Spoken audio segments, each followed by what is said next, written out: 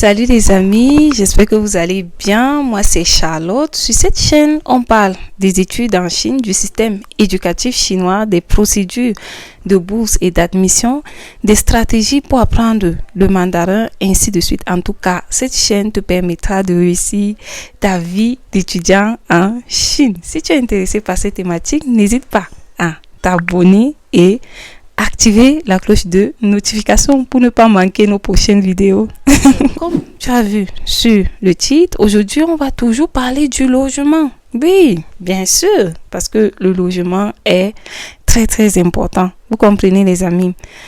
Suite à l'annonce de mes vidéos sur le logement, il y a des personnes qui se sont vraiment intéressées sur les avantages et les inconvénients de vivre au dortoir et hors du campus, c'est-à-dire d'aller louer son appartement à l'extérieur. Et bon, moi j'ai expérimenté les deux. Je pourrais vous donner mon avis par rapport à ça. Vous n'êtes pas obligé d'écouter et d'appliquer mes conseils. C'est tout simplement mon avis et mon expérience. Il faut savoir que concernant les expériences, chacun a son vécu. Quelque chose peut être bon pour moi et pas forcément bon pour toi, n'est-ce pas? Donc voilà. Et je voudrais vous rappeler que j'ai une nouvelle formation pour les nouveaux arrivants, pour les personnes qui vont venir en septembre, parce que je reçois des questions, des personnes qui me disent Queenie Shine, il faut m'orienter, il faut me guider, je viens d'avoir l'admission, je ne sais pas comment sera ma vie en Chine, comment faire. Les amis, je suis très occupée, vous comprenez. J'ai d'autres étudiants que j'accompagne depuis, j'ai même des personnes que j'ai accompagnées et je continue d'accompagner qui vont venir aussi en septembre. Donc mon temps est dispersé. Si toi tu as vraiment besoin que je t'assiste, n'hésite pas donc à prendre cette formation. C'est 3 jours de formation avec des supports tels que un e-book, un checklist pour que tu saches comment t'organiser pour tes finances, ce qui est important pour toi, tout ça, à ton arrivée.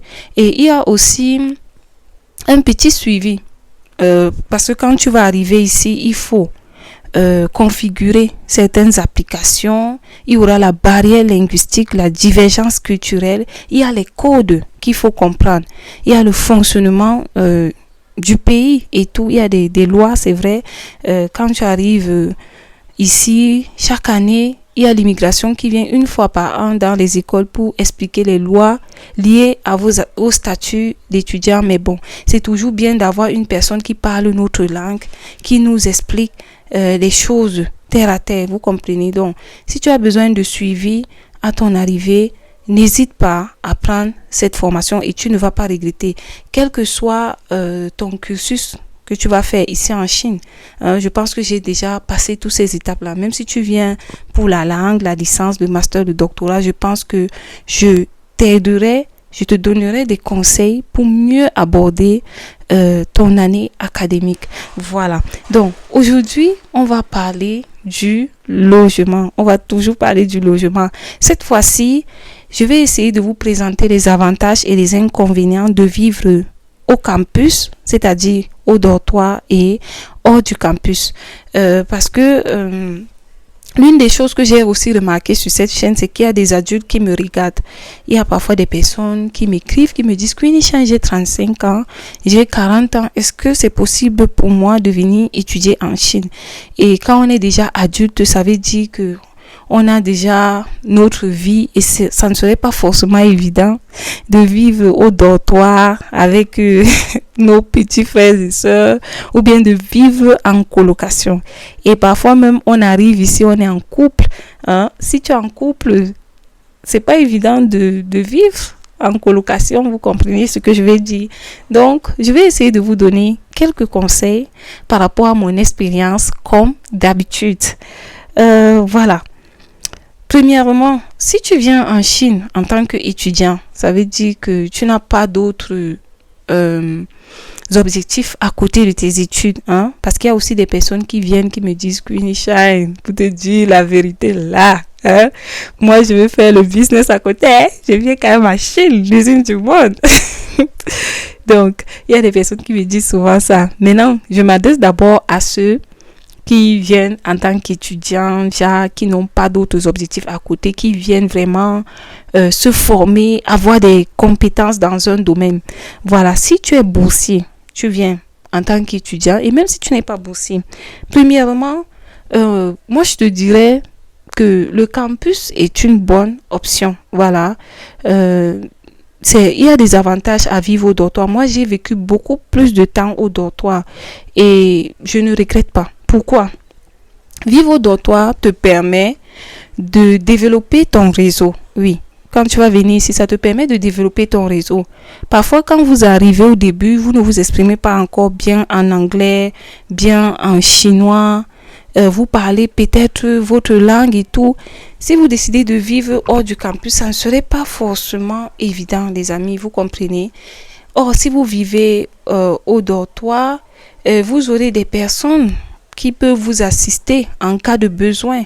Parce que dès que vous allez sortir, vous serez confronté au chinois, pas forcément le mandarin. Quand je dis le chinois, c'est parce que ici en Chine, dépendamment de leur région, ils parlent leur dialecte, surtout les vieux, ou même parfois vous allez acheter des choses en ligne, ça ne serait pas comme vous voulez, il faut retourner, vous ne comprenez pas la procédure. Quand tu es au dortoir, tout ça là, tu peux avoir des amis venant des autres pays qui peuvent t'aider, surtout si tu es une personne ouverte. Vous comprenez, ça te permet de développer facilement ton réseau, de te faire des amis de différents pays.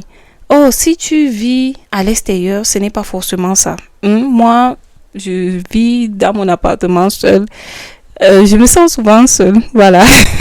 Il y a des jours où je me sens seule. Il y a des avantages. Personne ne me dérange, oui, mais je me sens souvent seule. Vous comprenez? Si j'ai envie d'interagir avec les gens, je suis souvent obligée d'appeler ma queen congolaise. Je dis, c'est comment on sort? Tu viens chez moi, on cuisine. Donc, vous comprenez, c'est pas évident. Mais si tu es au dortoir, tu es entouré. En cas de maladie, on peut, par exemple, t'assister. Oui, tu peux tomber malade. Il faut aussi penser à tout ça. Mais si tu es à l'extérieur comme ça, c'est pas évident. Si tu tombes malade, qui va t'assister? Donc, voilà. Il y a souvent des informations que tu as besoin. On va te dire, il y a telle grande soeur là, au 2e étage, il faut aller.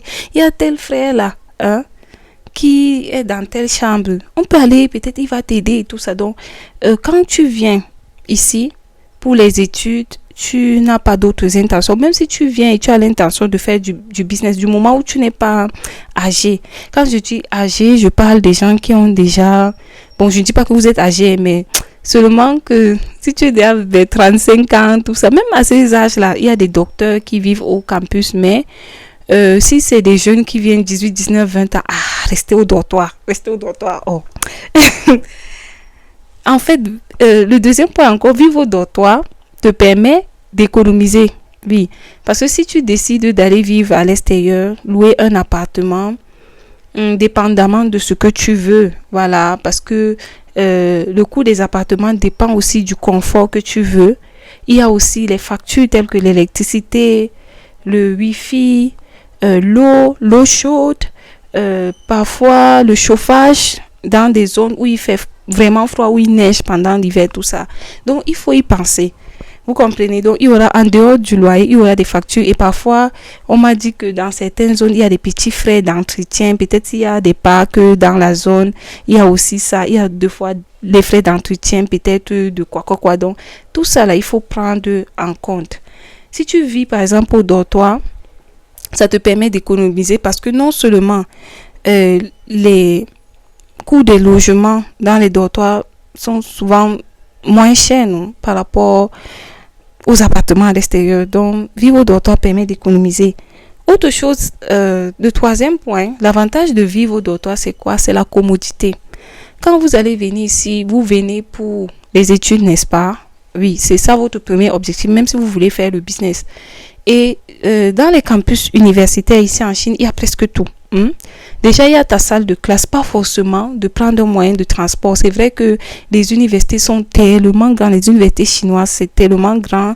Parfois, il faut prendre des motos pour aller à la salle de classe et tout. Mais sinon, imagine si tu décides de vivre à l'extérieur, le matin, il peut y avoir l'embouteillage, il faut prendre soit le bus, le métro, hein, ou bien, bon, si tu sais conduire aussi, tu peux acheter une petite moto. C'est pas évident, vous comprenez? En tout cas, pour moi, quand je me réveille le matin, si je peux avoir ma salle de classe à 2 pas là, ça me plaît. Donc, il y a la commodité, il y a la cantine, et la cantine, généralement, c'est moins cher. Tu peux manger moins cher. Voilà, au campus. Voilà, parfois avec 5 quoi, 6 quoi, 10 quoi, tu peux manger dépendamment de ce que tu veux. Il y a aussi la sécurité. C'est vrai qu'en Chine, vraiment la Chine, c'est un pays où il y a la sécurité. Hein? Parce qu'il ne faut pas que les gens viennent me ramasser dans les commentaires et dire que Quenisha, il y a la sécurité partout. C'est vrai, mais encore au campus, la sécurité est renforcée. Honnêtement, même à l'extérieur, hein, voilà, il y a la sécurité. Ici en Chine, ne vous inquiétez pas pour ce côté-là, mais au campus, la sécurité est encore renforcée. Voilà, donc honnêtement, si tu vis au campus, bref, tu n'as pas de problème de sécurité. Donc voilà, vous comprenez. Voici les avantages. Et aussi, il y a des activités culturelles. Si tu es au campus, tu peux participer à plusieurs activités culturelles et tu auras une vie sociale parce que tu seras entouré des autres étudiants internationaux. Voilà, vous comprenez. Donc, il y a beaucoup d'avantages à vivre au campus si vous venez pour les études. Les inconvénients de vivre au campus, c'est quoi? C'est souvent la colocation.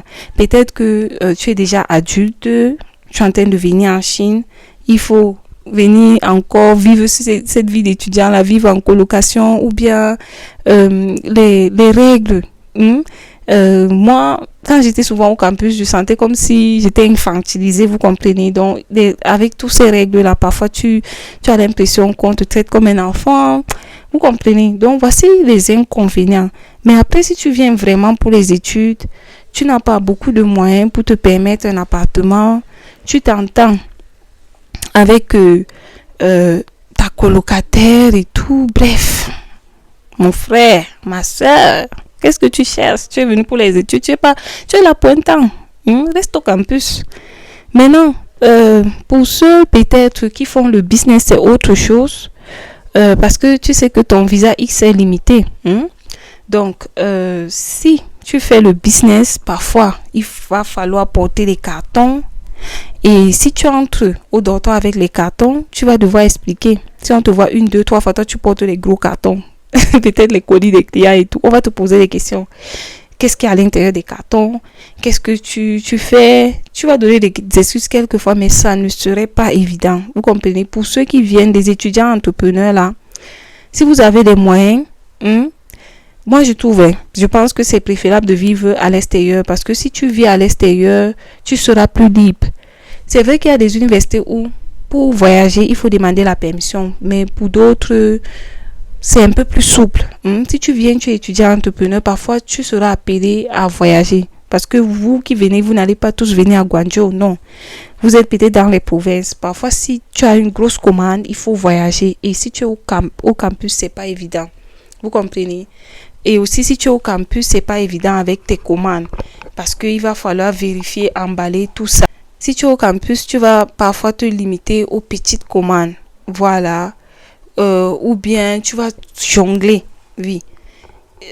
Donc, il est préférable peut-être de trouver un appartement à l'extérieur pour te faciliter tes activités. Et maintenant, si tu es aussi en couple, si tu es en couple, tu vois de quoi je parle. Moi, je trouve que c'est mieux si tu es en couple, une relation sérieuse, tout ça. Peut-être tu peux louer, non, que de dégager peut-être ton voisin, ta voisine. Bon, après, c'est vrai, vous pouvez aller à l'hôtel, mais bon.